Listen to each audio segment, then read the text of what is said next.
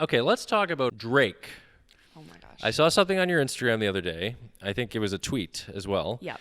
And it has come to my attention and to many people's attention, I guess, that before you were born, your parents were considering that if you were a boy, they would name you Drake. Do I have that correct? I am so sorry to tell you this, but you are right. Like, I am so sorry that the world knows this now, but it wasn't just my parents were considering it. It was a go. It was a go. If this baby is a boy, we're naming him Drake. Do I look like a Drake?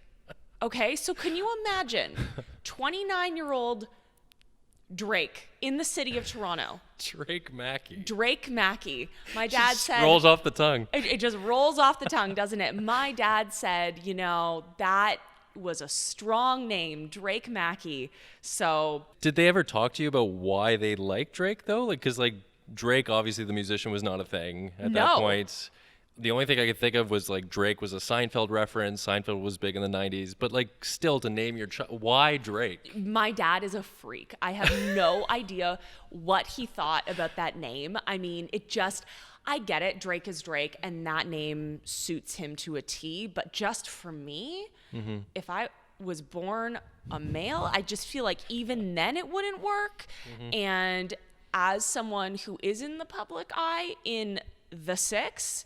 named Drake, I feel like I just would not compare in any way. It would just be such a career ender. Good for you for admitting that, though, and putting that out in the world. I needed to talk about it. A little therapy session. It's been a weight lifted off my shoulders, to be honest. So That is fantastic. there you go. Speaking of your parents and your childhood, what was it like? What was your childhood like? Was it a happy upbringing? Did you grow up in the Toronto area? Where'd you grow up? It was an amazing childhood. I look back and I can't believe how lucky I was just to have parents who loved me and to be able to go to school and have friends and get outside to play. I was born and raised in Peterborough. Great town.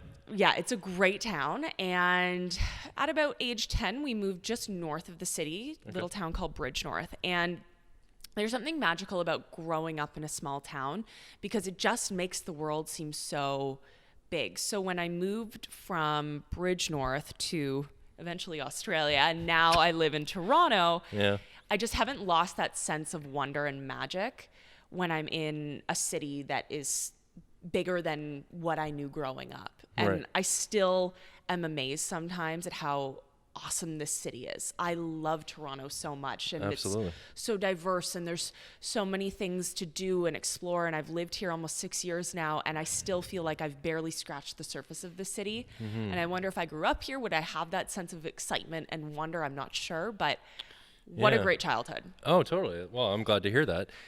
Speaking of Toronto, I remember I moved to Winnipeg for a couple years for a sports reporter position. And at the time, I'm like, that's okay. I'm moving away. This is going to be fun. I'm going to embrace a new city. Winnipeg certainly gets a bad rap. I certainly enjoyed it there. No one believes me, but I enjoyed it. I genuinely did. People thought I worked for Winnipeg tourism because I was always touting it. I'm like, no, I just like, embracing new challenges, but I guess that's me. But I did notice that when I was there, I really missed Toronto. Yeah. For everything that it offers. When you're living in the concrete jungle, sometimes you need a break and you need to go see more nature outside of the city. But I certainly did appreciate it more when I was gone, which makes sense, I think. How'd you find the winter there? They don't lie about the cold. No. It is a And you would know, different level of colds. It really is. It can be minus 30 for a good 3 weeks straight. Easily. I remember walking home. I would take the bus to work. It was about a 20-minute bus ride. It was an 8-minute walk from the bus stop to my apartment, and it would feel like 2 years. I was like, this is how it ends, because I'm really just going to roll over and die right now. This is how it ends. And then you would finally get home, and you'd have to thaw for an hour. Oh, right? Yeah. So you were just permanently living the brain freeze life, basically. Exactly. Maybe that's what prepped me for it. Yeah.